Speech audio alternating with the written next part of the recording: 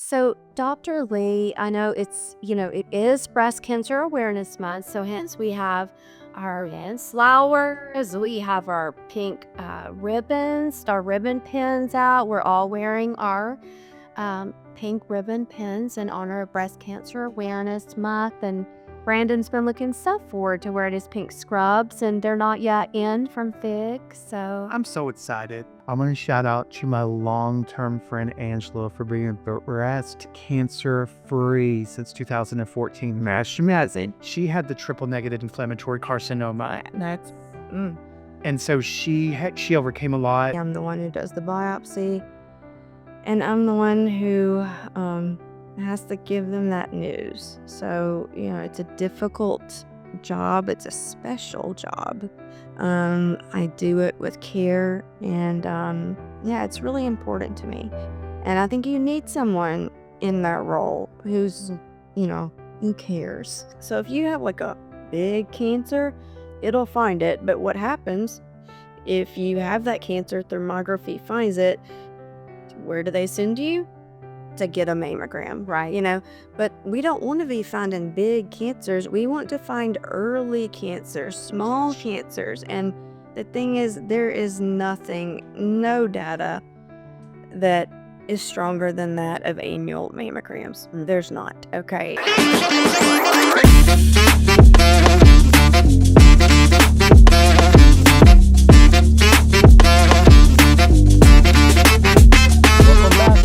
Self and everything else. I'm Brandon Mitchell.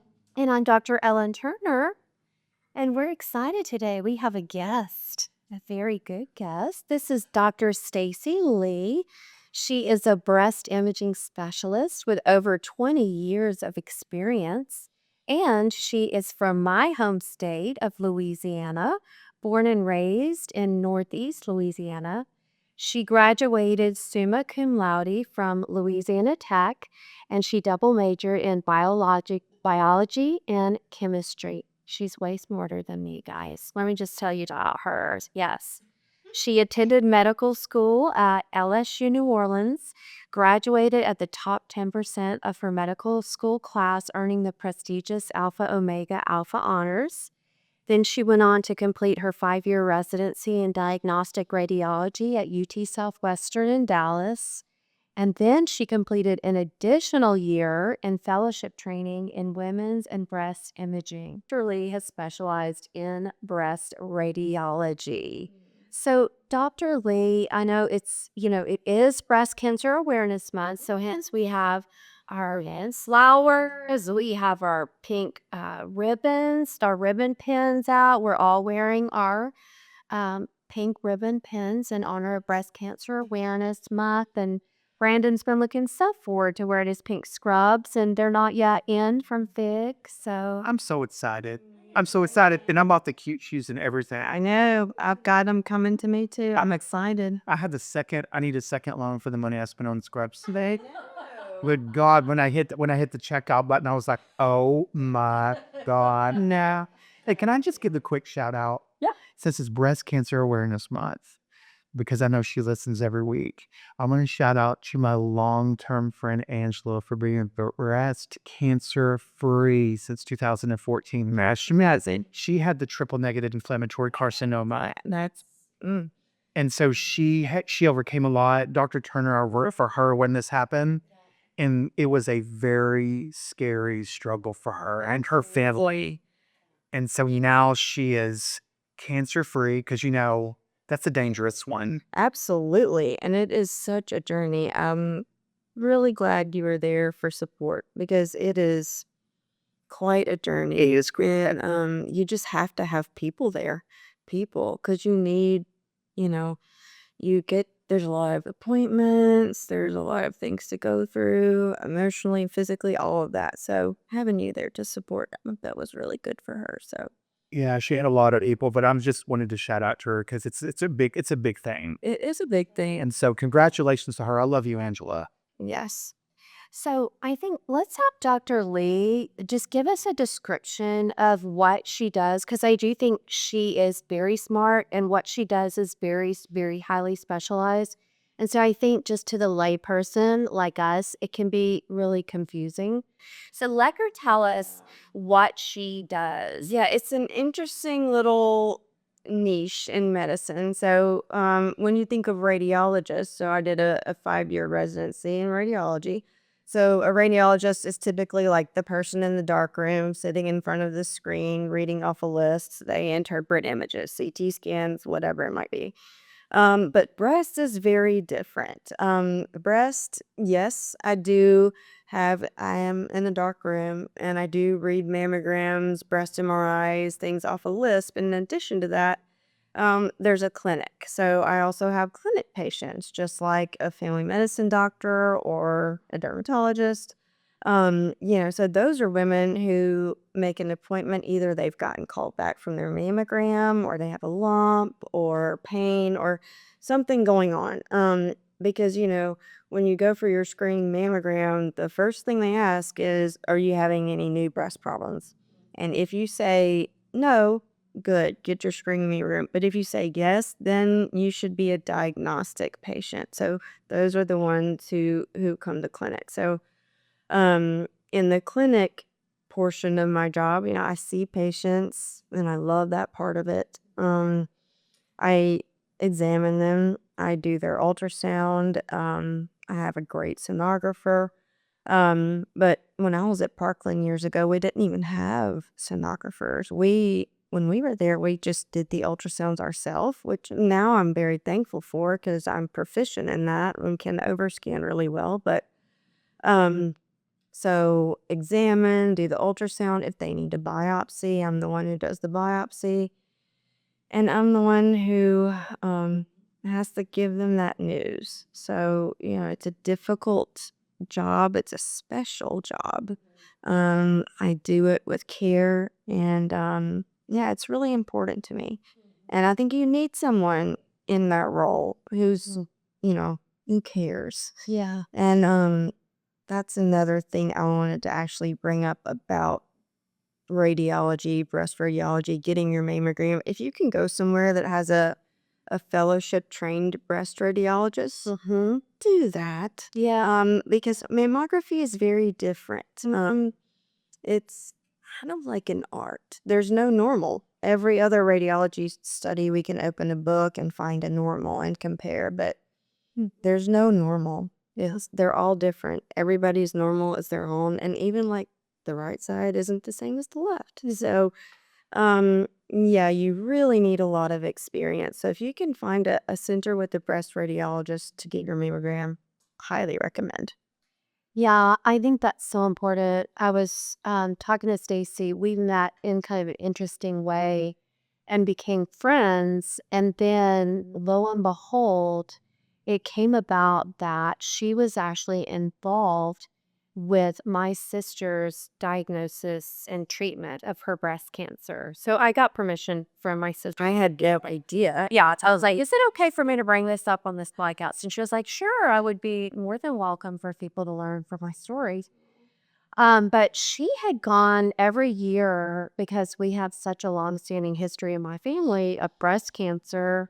And she had gone every year and gotten her annual mammograms like she was supposed to do. I don't know if she was going to somewhere like you're talking about. I kind of doubt it that she was going to like a breast radiology center. I kind of joke saying, maybe she was going through like the drive-through, the mammogram place, so she's kind of lopping it out and then like going on because she's so busy. She's got kids, yeah, everything. But anyway, she went to this place that she had always gone to because it was close to her house, convenience and everything. And so this particular radiologist, she had to go back for the diagnostic. And he came in there and he was like, yeah, that totally looks like it's breast cancer. That's how she found out. So no biopsy. I mean, it was just a very cold, very, harsh. It was. It was a horrible way to find it out. And like, no, That's the most traumatizing time in somebody's life. Absolutely. And you have to have somebody with heart empathy. You have to have somebody that can relate to the fear that must cause someone. I mean, could you imagine being delivered the worst news of your life? She's by herself. By herself. And keep in mind, we've had people in our family who've been diagnosed, some have died. And so here she is, she's standing at the checkout. It gets worse. She's standing at the area to be scheduled for the actual biopsy because now she just has this professional who's saying, yeah, I think my clinical opinion is definitely you have breast cancer based on this imaging. And she's just like, oh my gosh. And this 28-year-old girl is like standing there like with a pencil, like, and she's like, I could tell she had practiced this in the mirror in her bathroom. Like, it's never many times. And she's like, so I would just like to say, I know exactly what you're going through because my grandmother was diagnosed with breast cancer. Okay, we have a 28-year-old. No, first of all, I'm not saying that there are no 28-year-olds out here who are diagnosed with breast cancer. Yes, you exactly. You do not. You do not know what she's going through. So fast forward, she went to the center where Dr. Lee worked. And so Dr. Lee walks in the room, and her first impression was, oh, this is a beautiful Southern radiologist, yeah, like Southern as and she was like she instantly like liked her. Her intuition was I like her. And she gave her great care, great bedside manner, and got the diagnosis. It was confirmed, and went on and got great care and treatment from her other physicians, went on and had a bilateral mastectomy, chemotherapy, radiation. She's doing extremely well now and is basically on hormonal therapy for the treatment of her breast cancer. But I mean, that's just not a good approach. The first to contrast that with the way that you did. So yeah, I kudos to you. Thank you.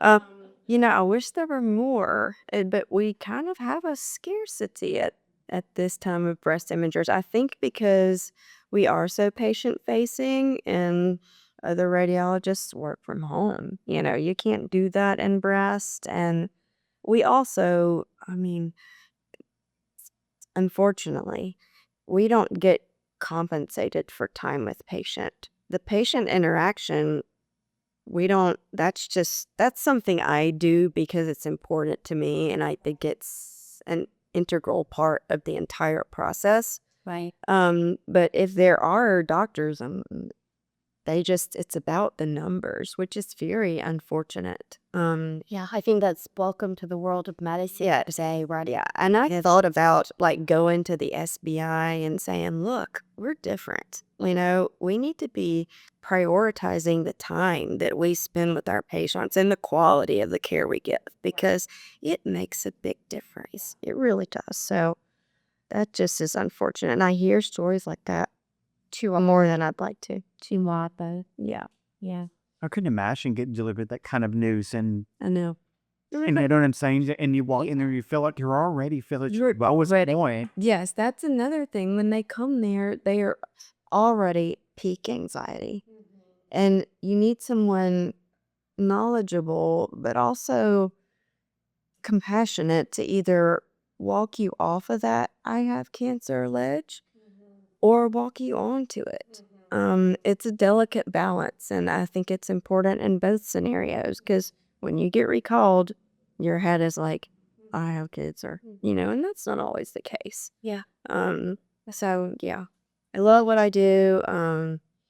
It's a special thing, and it makes me sad that not everyone takes the time because now radiologists are, sometimes not seeing patients when they're in clinic, and now there's teleradiology, even for breast. So, which I don't love. But Geez, but like personality-wise, the type of person that's drawn to the field of radiology is not as inclined to be that more, like interactive one-on-one personality. Do you feel like more the medical students that are going into residency are more likely to be disinclined?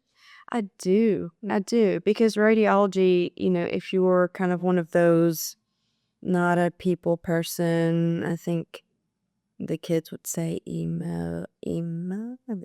like you're just come out to yourself. You like the dark room. I don't. Radiology is good for that.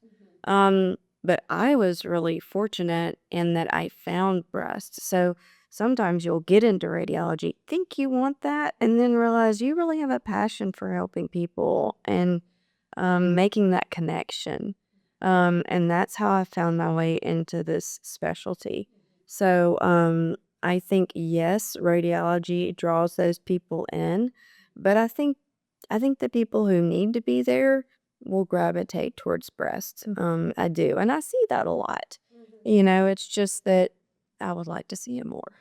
Well, thank God for people like you in the world. Honestly, your spirit, you're empathetic, you're passionate, you're caring.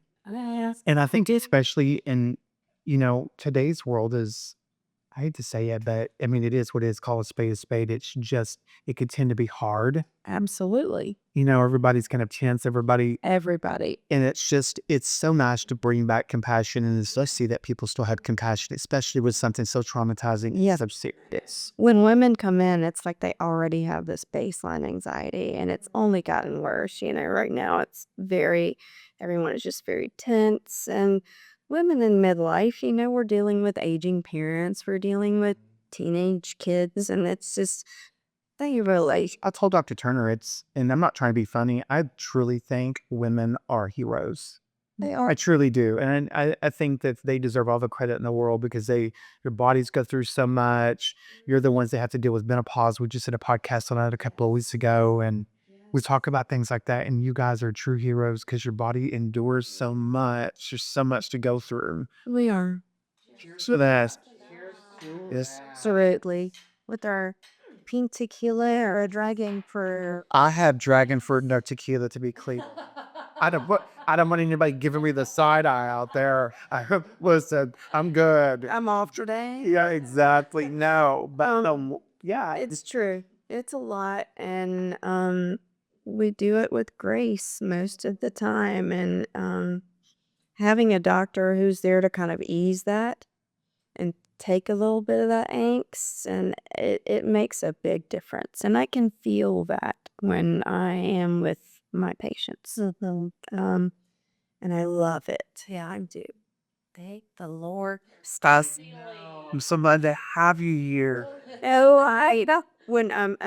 So I did my training in Dallas, but then I went back to Shreveport for a few years and started a breast imaging fellowship at LSU Shreveport. Wow. Louisiana is, I mean, North Louisiana especially, it's a bit of a healthcare desert, like food deserts and healthcare deserts. So I went back and at LSU Shreveport started a breast radiology fellowship, and I trained a great fellow. It was amazing, Dr. Stacy Massey, and then they continue to train more. So I'm trying, doing all work. Yeah. I'm a little bit disappointed.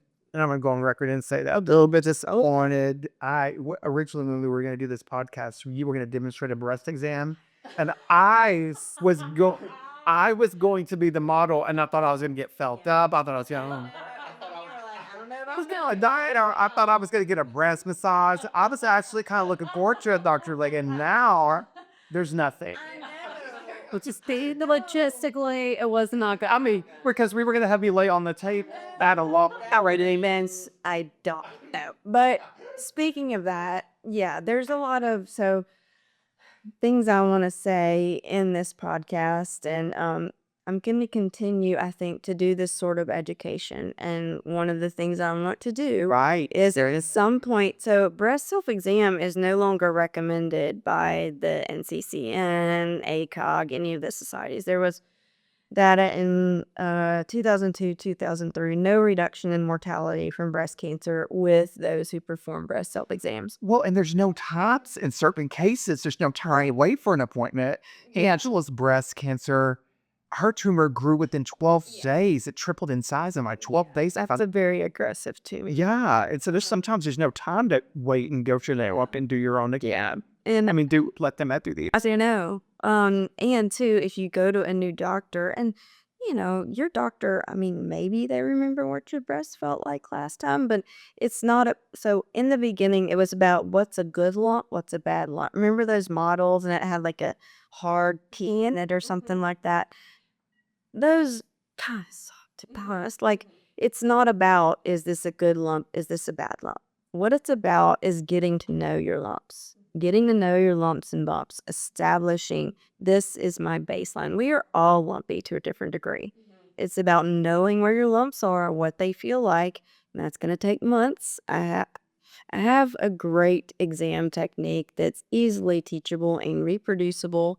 So I'm going to, because you've inspired me, start doing this sort of education, and I will teach that. Because if you can learn what's normal for you, finding something new is the key. If you feel something new, you go in, you call, you make an appointment. It's time to get in. You will be a diagnostic mammogram, and if you feel a lump, you also need an ultrasound. That's a really big thing, standard of care for a palpable lump, mammogram, and ultrasound. Unless you're young, then only ultrasound, but ultrasound is key there. Okay. Yeah. What is the percentages? I'm curious, and I think I want to put this out there too, because a lot of people don't think about this.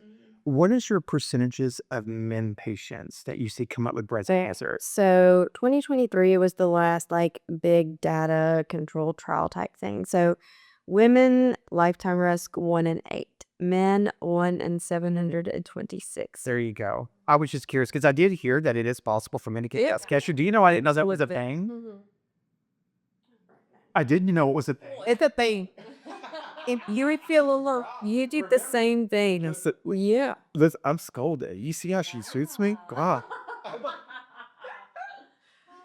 No, but you gave me a breast exam the other day. I did. She did. She gave me one on the table. She showed me what she was going to do, and I was like, gosh. Yeah, there's a way to do it. And There is. I'm gonna, more to come. There will be an update. Oh, this high dad. That's going to be the last time you're going to be at it. Absolutely not. I It love all depends on your behavior, the reliever part. I will be on my best behavior. No, that's not. I didn't mean that. Yeah. We don't want this behavior. Gotcha. It's great to be here. And I feel like I have a lot of information to share, and it's important. It is important to disseminate it because I don't think people know, or I think some women are just scared. There's a gear. Yeah. So, And there's lots of talking or about it. like thermography, not FDA approved, not gonna work, not the same. Okay. What is thermography? Yeah. It's like this, if you don't want the mammogram because of the radiation, a lot of women will go to these centers and have thermography done. Okay. And it basically detects heat. So if you have like a big cancer, it'll find it. But what happens if you have that cancer, thermography finds it, where do they send you? To get a mammogram, right?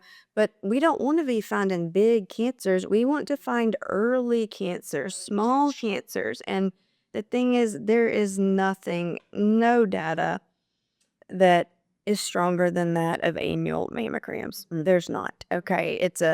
It's an objective, reproducible way that we can detect change in your breast, because it is about change, because every breast is different. So that's why you do it every year. It's not because like we want to make money or whatever. That's not why. It's because it's about detecting change. Everyone's breasts look different.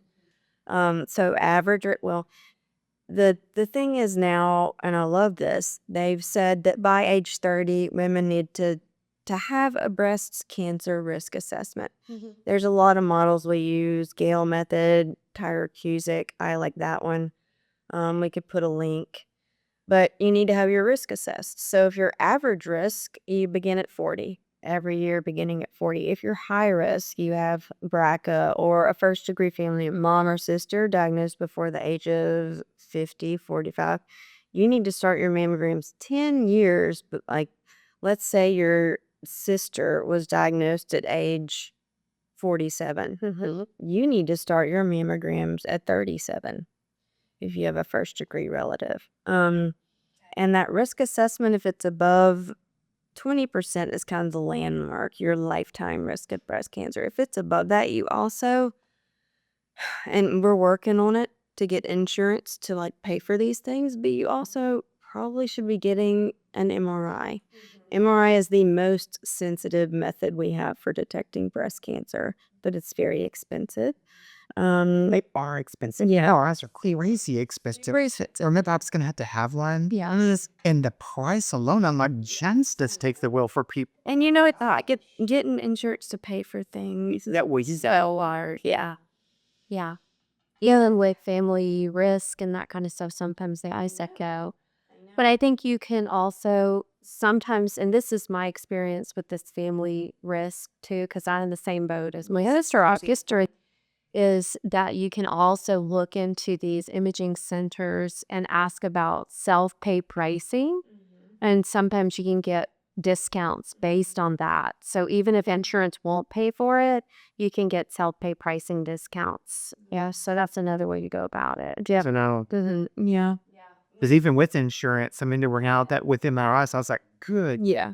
It's pretty crazy. Yeah. Well, that's what I was going to say. Sometimes it's surprising what the price is when you say, I want to self-pay for it. Do you offer discounts and how much would the price be? It's interesting what they charge insurance because, it's at a different price versus self-pay price for a patient, and, so on and so forth. So just something else to carry out.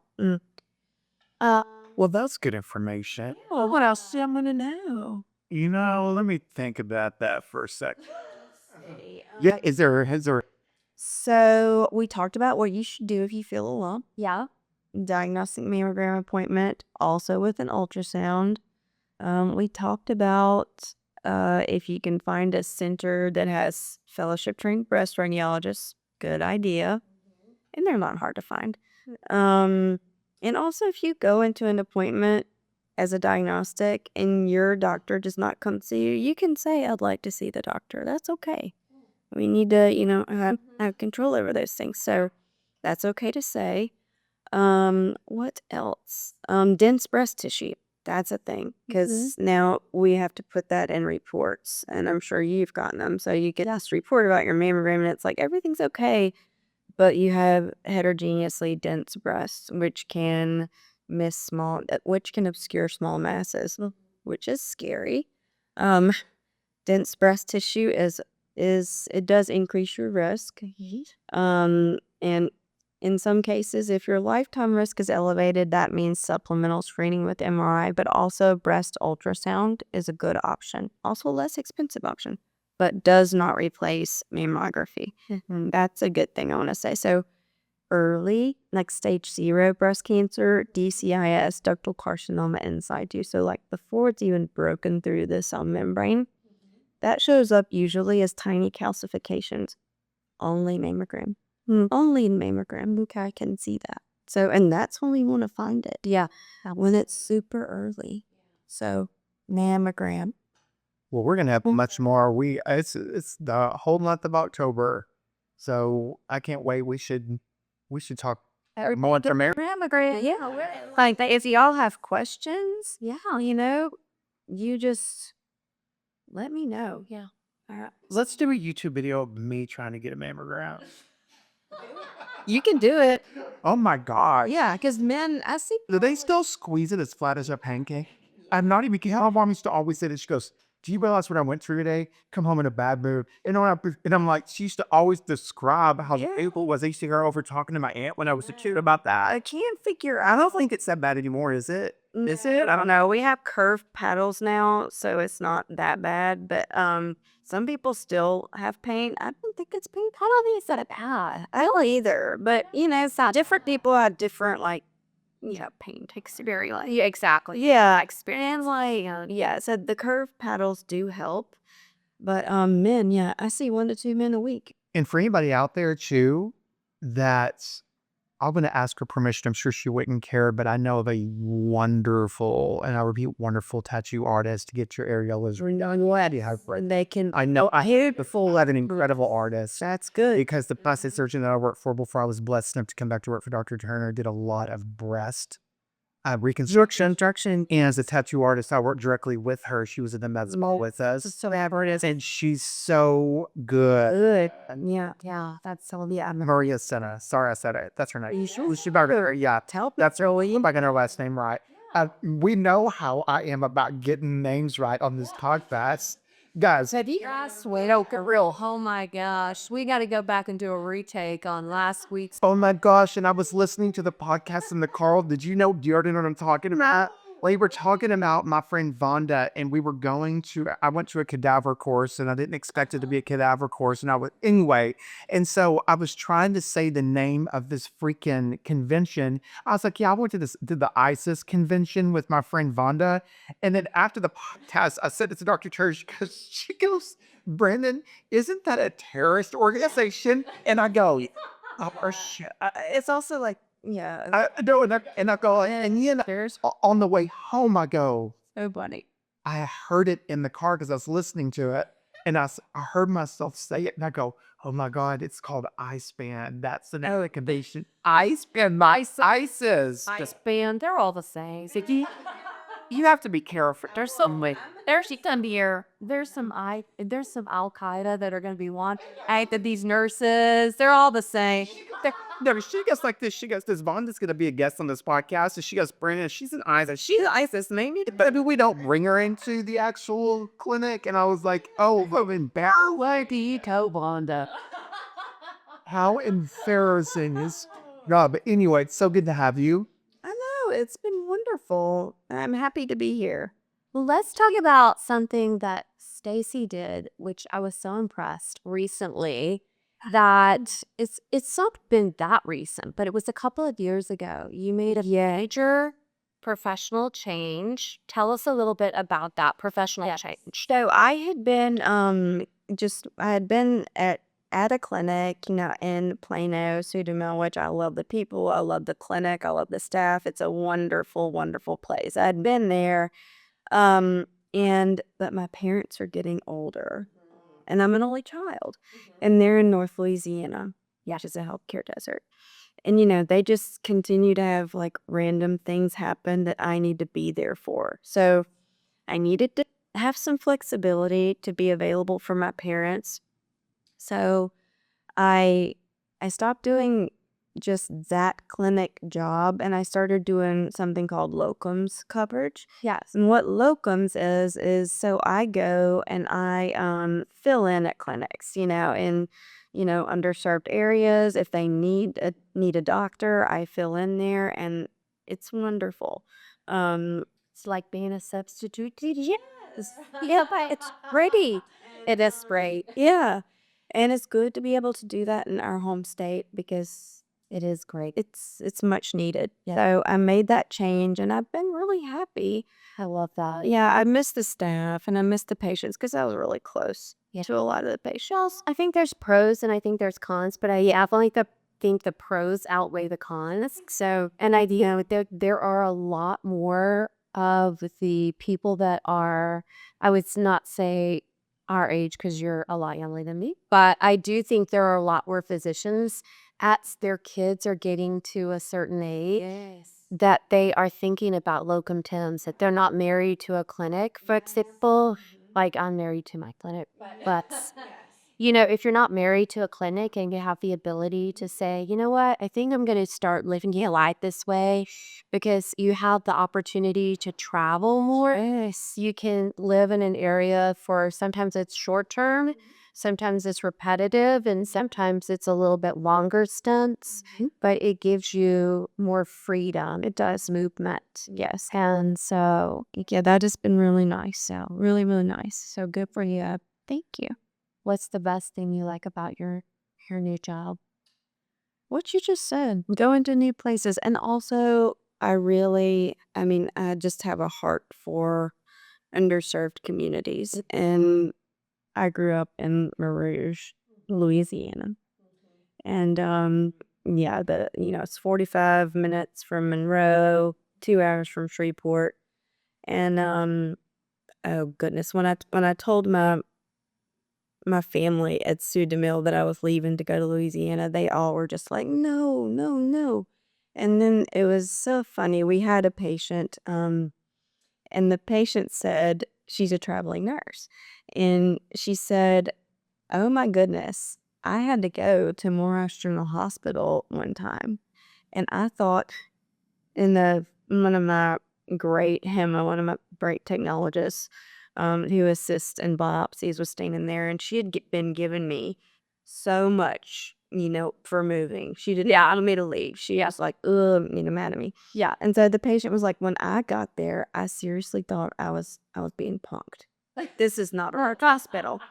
She was like, that's how bad it is. And I was like, you see, Emma, it's really bad. Yeah. And so being there for them, I really like that. It means a lot. It does. Yes, it means a lot. And I'm going to add to that. So the risk assessment at 30 is even more important for Black and Hispanic women. They get breast cancer younger, and they get more aggressive breast cancers. So, yeah, I want to just So they make sure that they are doing their screening absolutely. and maybe in an earlier age, Yes, even if they don't have a family history. absolutely. 4 out of 5 people diagnosed with breast cancer do not have a family history. I hear that a lot from patients. Well, nobody in my family has it. It doesn't matter. Okay. Yeah. All right.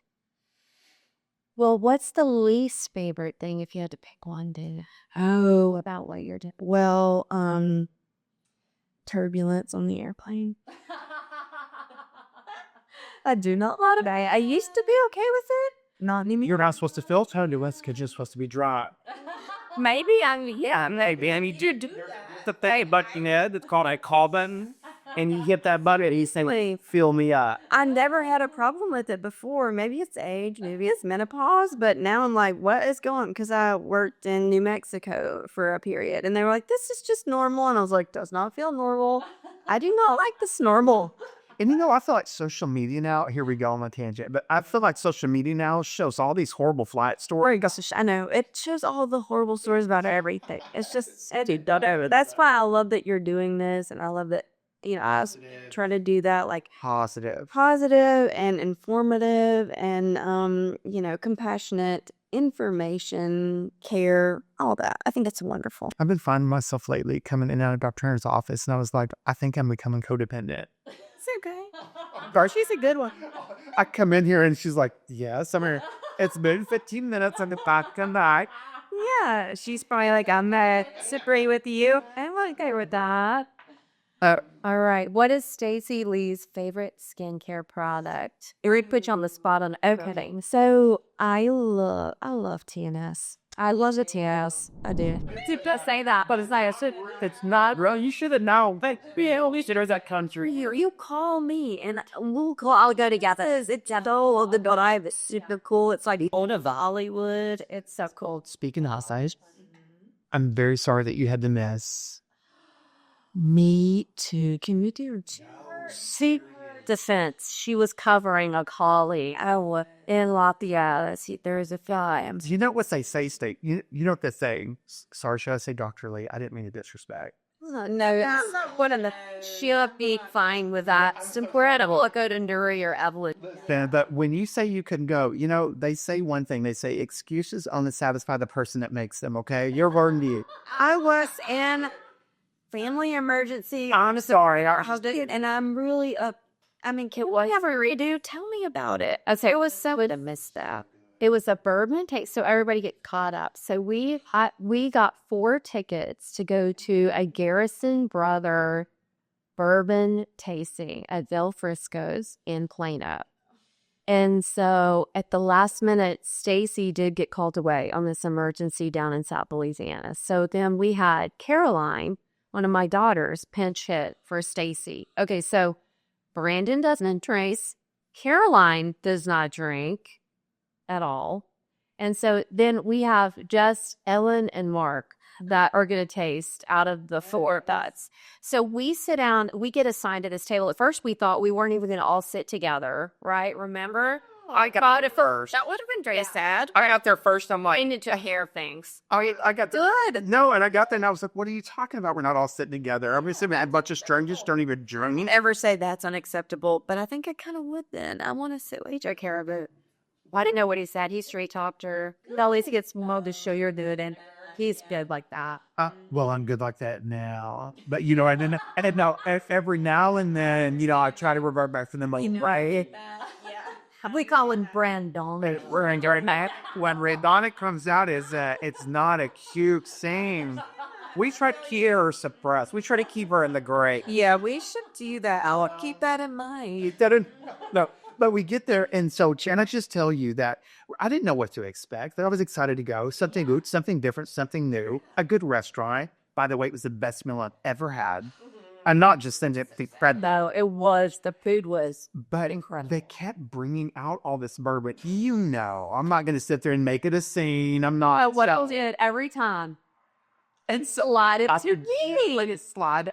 So they should bleed. Who did she that is there? You got to come, but who did we sit right now? Who was right to my left? So Brandon was to my right. Who was to my left? Oh, The distiller, the actual distiller of Garrison Brothers. So to my left, he's this big, huge, burly guy. I can't remember what his name is, but he's like, I'm the distiller for Garrison Brothers. I was like, oh, nice to meet you. Well, and so anyway, so we all sat together. and so the food came out though. I had to send something back. Shut up. What? I took a bite of it and I tasted nothing but bourbon. And girl, I'm not having it. I don't know. I never. No, I was worried. I send so bad. No, there was alcohol in the food, and I'm an alcoholic. And Okay, that's why he doesn't drink. That is acceptable. right. And so when I tasted it, I tasted bourbon. I was like, I don't know if this is cooked out or not. And I was like, oh my god, New York listers know this about brand. I go like this. I go, do I call my sponsor? What? Just damn, every time I. So anyway, That's always a bit off. so the guy came back over there, and I was like, I'm drinking. There's a lot of bourbon. He was like, oh, I got you. And so he was so friendly, so nice. That's amazing. Out of every single thing he brought out past that, he took off whatever Whatever it was. Then we actually, that's amazing. Yeah. And then, but the food was incredible. Like everything, there was 2 appetizers. There was some kind of a steak with those cheddary, cheesy, gooey potatoes. I was like, bring me a whole side of those. I was like, walked out. I couldn't even, my pants were like, I'm going to use the next one. The final course, so it started with an old fashioned, ended with let me say this right, a salted caramel bourbon espresso martini. And that paired with a butter cake a la mode. And I had like a bourbon glaze on Of course, I ate all of this, and I'm like, you know what? I'm always wanting the third ass. I might as well go off. But it was so. It was so dang good. But then at the end, because Brandon kept pushing every drink, he'd push it to me. He'd push it to me. And so that distiller leans over to me at the end. He goes, you have a fort of liquor. As he thought of, I was like, oh, no. I was like, if somebody strikes a match, we're all going. If I would have been there, I could have helped you. You could have helped me so much. Actually, if you like bourbon, you would have been in bourbon heaven. Yeah, that meat place. It was just not petty. I like that. Oh, but it was so good. And they do so much for like the state of Texas. I had no idea they were dealt. A lot of Americans. A lot of implementals out. Like, do you mean Harrison or Harrison? Okay, Harrison. They bought like an entire like state park to like keep it open. All this, they're incredible. Yeah, that's what I was going to say. So buy Garrison Brothers if you're buying. Yeah. Cheers to Garrison. But Listen, Miss Stacy, Dr. Lee, thank you so much for joining us. it was such a delight. We had. It sounds like, oh, they got to do this again. You better come back. I will come back. You hear her? She said all 14 listeners. Hey, we're growing. Better grow. We're getting there. Well, you know why we're going to get there? Because everybody listening to me right now is going to like, share us, subscribe, all of the things. Yeah, they are. Promote your health. And yourself. Everything else. And please, as I'm going to say it every podcast, because why?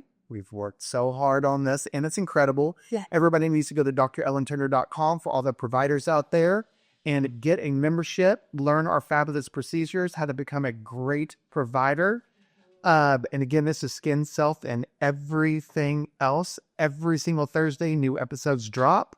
I had a blast today. I did too. Yes, and I just want to say, like, in addition to my, the little bit of aesthetic I do, what you do, watching you has been amazing. So all of you out there who want to like see, have experience, that is the best resource. So for sure. Thank you for the shout. And of course, Thank you. thank you for having me. You're so welcome. And everyone, we will see you next week. See you next week.